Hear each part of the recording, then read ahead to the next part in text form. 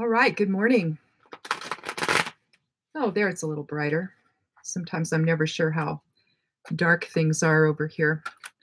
Welcome to Somewhat Daily Tarot and Rune for the 4th of June, 2018. I'm Jan Erickson. I host the blog Stepping Aside over at imsteppingaside.com. Last night I posted the monthly tarot. I was a couple days late doing that. But I posted the monthly tarot for June over there at I'm Stepping Aside at steppingaside.com. If you want to go over there and take a look at that, I do it. I have a significator for each week, plus a card for what challenges and for what supports. And so it's 3 cards per week. So that's fun.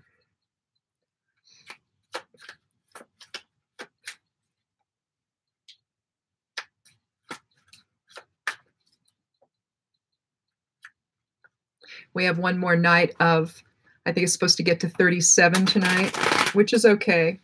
I'm not going to worry about covering anything. I might put in that big tomato plant that's sitting outside. That was the one we used to clone off of. That's always fun. That's where I got almost all of my tomato plants, was from that one plant. We have a band of marauding birds that are trying to eat all my chickens' food. Went through an entire can of food yesterday, and it wasn't the chickens, it was the birds. So we're dealing with that. I'm hoping that it's not going to be a thing. I'm hoping they're just passing through, because they don't look like our normal birds that are here. And they're very noisy. And they seem to be quieter out there right now, so who knows, maybe they're gone.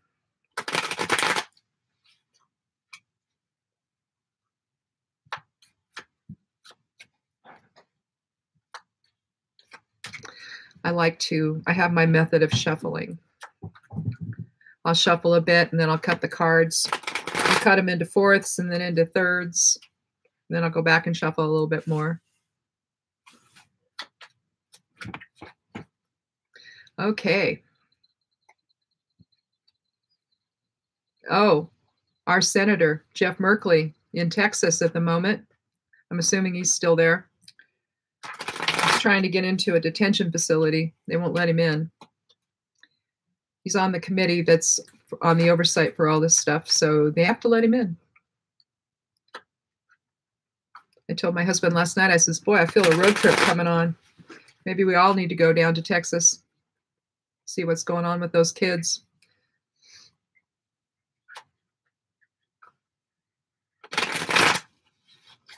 But yay, Jeff. How cool is he?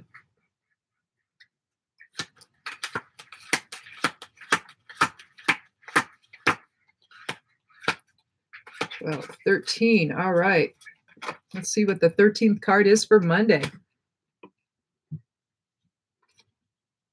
Oh, nice. It's the 3 of Cups. So then go over there maybe. Is that better?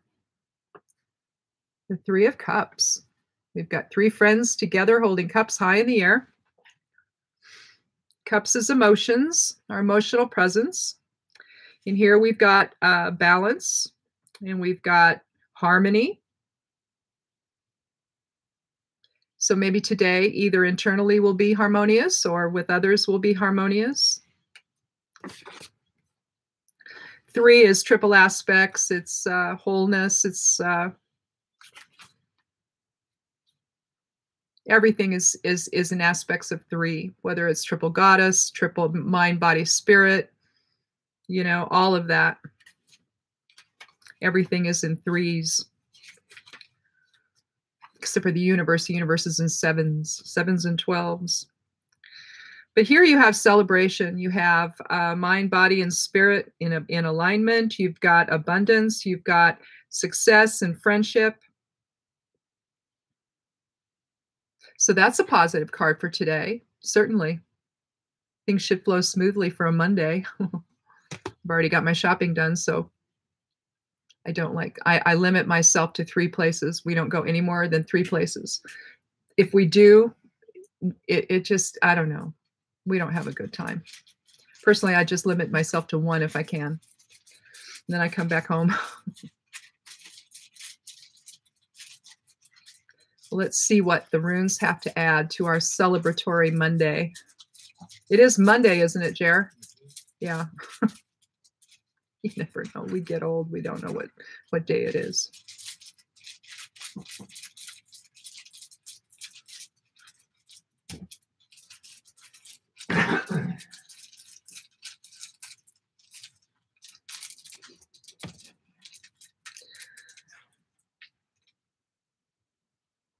Oh, well, my favorite rune of all times, Hagalaz.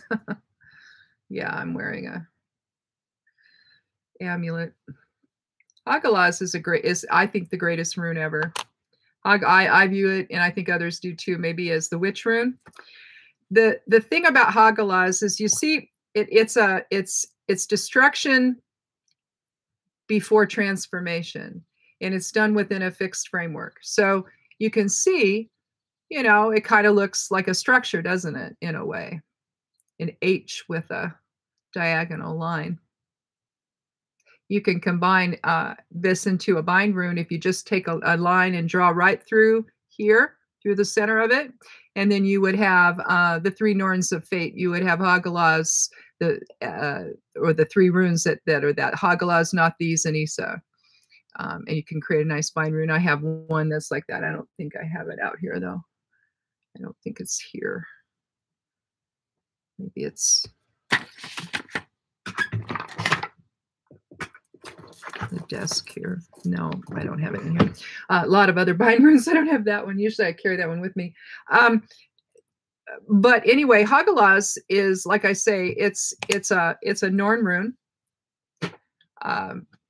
It signifies the past, and it's the 9th rune of the Elder Futhark. Represents Hela. It represents Erd, which is the Norn of the past. It can protect. It's a water element rune, and it represents hail in the winter and the so-called cosmic ice egg of creation. It can be considered a blessing rune in marriage and in relationships. It can facilitate shamanic passage, or I'm a hedge witch, and so we call that hedge writing, where you're writing the hedge. You're basically, you're meditating into that and doing some trance work into that in-between area between physical and non-physical aspects of self. So you can use it as a focus.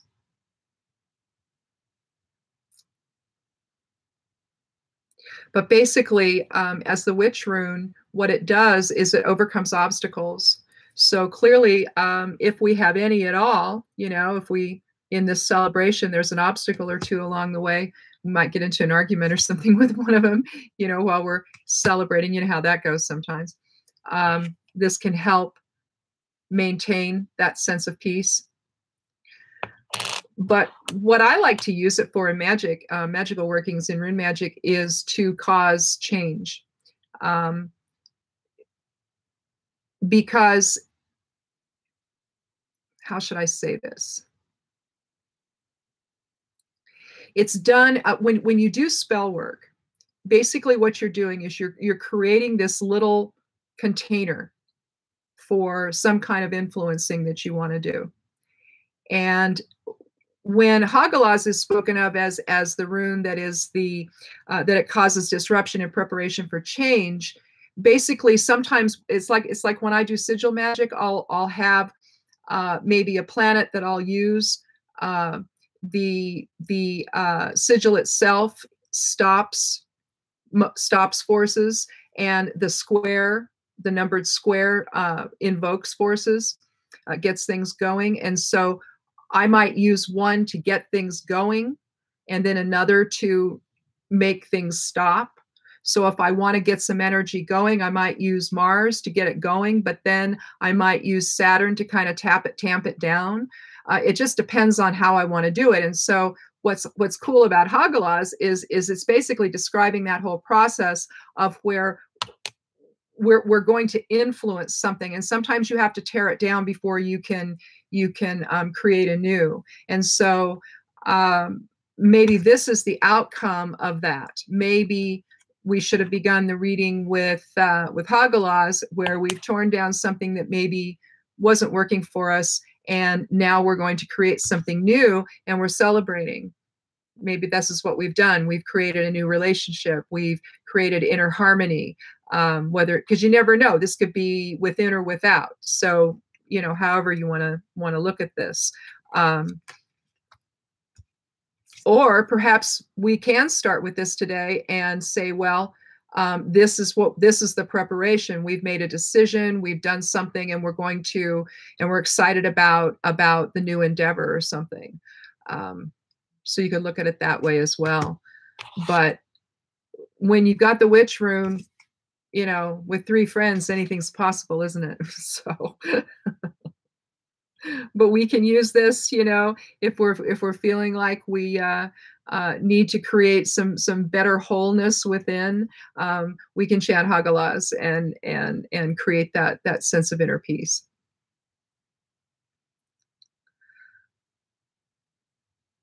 So I think, see if there's anything else in here.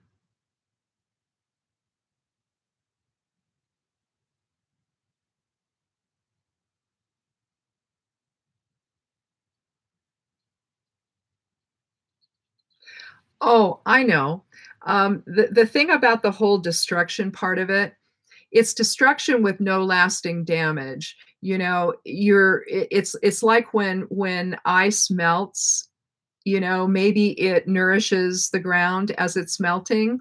It might change things, it might freeze things in place a little bit, but then as it melts, you know, there's nothing left of it after a point, and all you see from at that point is the end result. And so that's why I say maybe we should have started with Hagalaz and ended with the 3 of Cups, because maybe the end result is this. Maybe the end result is some happiness and abundance and harmony with others. And the other thing about Hagalaz is that at some point, you know, a witch just gets tired of nonsense, you know, and so the witch is going to do something about it. And eventually, you know, maybe you get together with others and you do something about something. You're that irritated or whatever, or you're that concerned. It's said that the witch doesn't suffer fools gladly. It's true. We don't. It just, I've never known a witch that likes nonsense. We just don't like it. We just like everything in its place, you know, and everybody acting right. And we don't like a lot of deception. And, you know, there's a whole lot of that going on in the world right now. And it would be nice if we could just get rid of all of it and come together in harmony and joy and friendship, and see that there is no other. There's just the other self, right?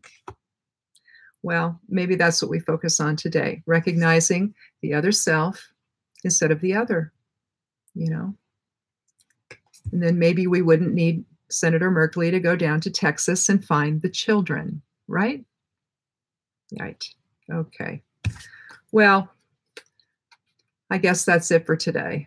It promises not to be quite as hot today on the high desert. In the 70s, I think yesterday, I think it got up to like 84 or 85, that, and then it got muggy, which doesn't usually happen around here, but it got muggy because the clouds came in, or it was the chemtrails. Aren't we tired of that? I mean, are you ever out there? Do you know what chemtrails do to your hair? It's horrible.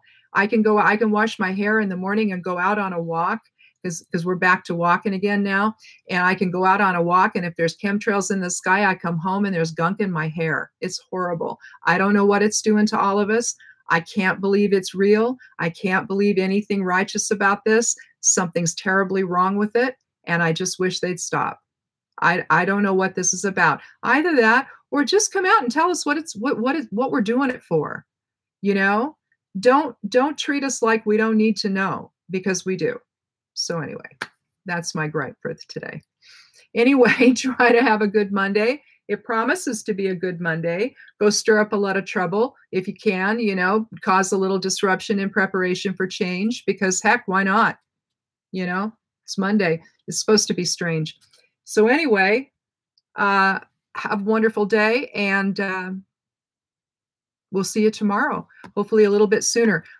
We had to go out and about this morning, so that's why I'm doing this a little bit later than normal. Hopefully it'll be in the 9 o'clock hour. That's when I try to do this. So if not, it'll be close to that. So in any event, the thing is we're trying to do our walks again. We used to walk all the time, and then we had to stop because we were doing the gardening and getting everything ready and stuff for the summer and for the planting season. And so we weren't walking for like a month or two. And so now we're doing it again. So that's why I'm not exactly sure what time I'll do this tomorrow, but I'm hoping to do it in the 9 o'clock hour if we can get up soon enough. So anyhow, have a wonderful day, and we'll see you sometime tomorrow. Blessed be.